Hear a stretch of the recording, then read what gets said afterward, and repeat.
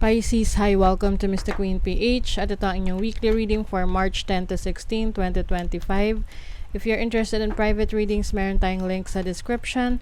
At sa pinned comment, pakicheck nyo na lang information kung paano mag-book for a private reading. And please subscribe to our channel to show your support. Like, share this video, at comment na rin kayo kung kayo'y naka-resonate. Okay, let's see, Pisces. Anong ganap sa inyo? Good cheer. Ayan. So, maaring you will celebrate with some friends, no? Or meron kayong event na pupuntahan with your best friend. And you're also going to receive support from your friends. Or maaring iba sa inyo, may mga times na feeling down kayo, malungkot kayo, pero merong tao sa buhay nyo na handa kayong pasayahin. Na nagmo-motivate sa'yo. Prosperity. Wow. So, this is about abundance. This is about having the things that you need, no? Yung mga needs mo, yung mga pangangailangan mo, no? It will be provided to you. Lalo na kung kayo ay talagang masipag, no? So, you will reap the rewards ng iyong pagtatrabaho. You also have joy. Uy, orange na orange kayo. Oo. So, this is about happiness. This is about yung pagiging grateful sa mga blessings na meron ka. Yung iba sa inyo, meron kayong mga ginagawa na talagang masaya kayo sa ginagawa nyo, regardless kung kayo'y kumikita ng malaki o hindi. Ang importante sa inyo is masaya kayo sa ginagawa ninyo. At dahil doon, you are going to be blessed with abundance, with prosperity, dahil you love what you're doing. Okay, let's see what else pa. Yung overall energy ninyo, Pisces, you have the 4 of coins. So, this is financial stability. Maaring yung iba sa inyo meron kayong pinag-iipunan. Oo, you are now mas nagiging disiplinado ka na makapag-ipon para sa future mo or para sa mga iba mo pang plano, iba pang pangarap mo. So, inaayos mo talaga ang iyong stability. And then also your family, no? Focus mo rin ngayon family, yung needs ng family mo, especially sa resources tsaka sa finances. Your challenge is the Fool. Okay. Iba sa inyo, Pisces, meron kayong mga bagong ideas na maaring pinag-iisipan nyo kung gagawin nyo ba, susubukan nyo na ba. Maaring ang isa sa challenge ninyo is kung paano kayo maglalakas lang loob para sumubok ng bago.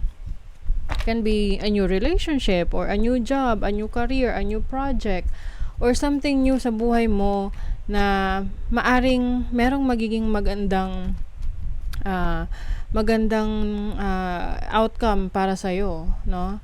This can be starting a new activity na makakabuti para sa kalusugan mo, 'di ba? So, yung challenge sa'yo is how to take risk and just do it, no? Gawin mo lang kung talagang yun yung gusto mo. And then, your opportunity is the Queen of Swords. So, as an opportunity, maaring you will be learning something or meron kang pag-aaralan, i-research. And I think, masyado kayo ngayong sigurista sa mga actions na gagawin ninyo.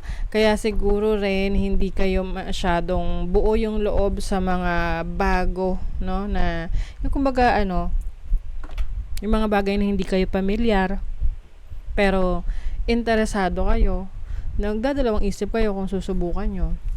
But you have the opportunity to learn from it, no? Matuto doon at yung matututunan mo sapat na yon para subukan.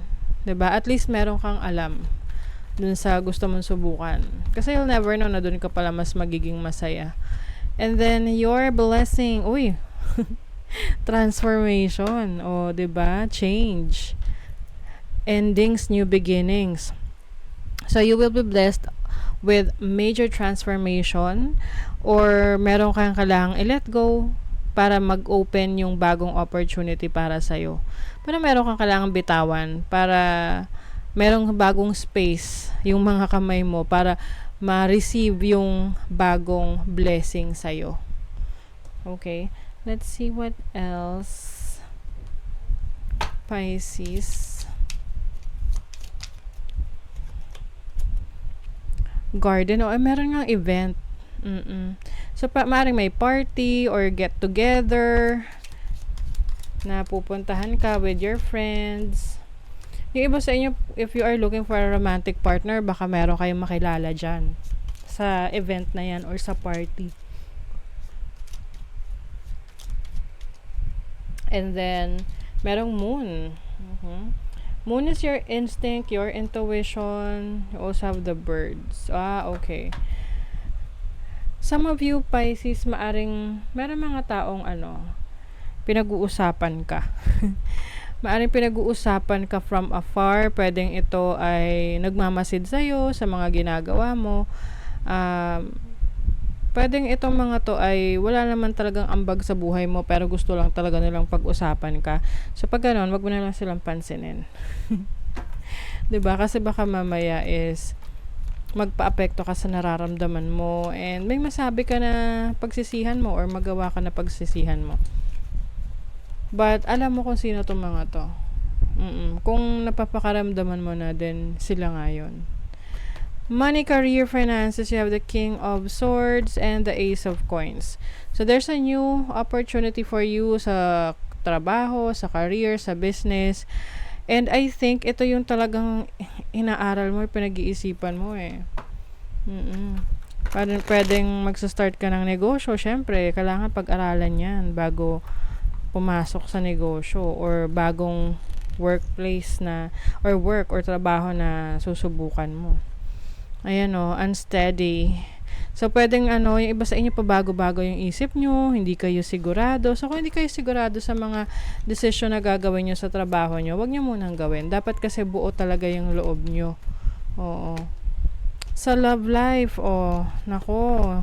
Yung iba sa inyo, Pisces, baka ito yung ile-let go ninyo sa love life kasi parang hindi na kayo fulfilled, hindi na kayo masaya, medyo detached yung energy na to, no? So, pwedeng detached kayo sa person that you are dealing with or yung person mo medyo detached na sa'yo, parang wala na bang feelings. Oo. Patience. I feel like, matagal mo nang parang nagtitimpe, no? Pinagbibigyan itong partner mo or yung situation ninyo, pero parang walang nangyayari, no? So, some of you may be letting go or ending a relationship. Okay? So, that is your reading, Pisces. Thank you so much. See you again.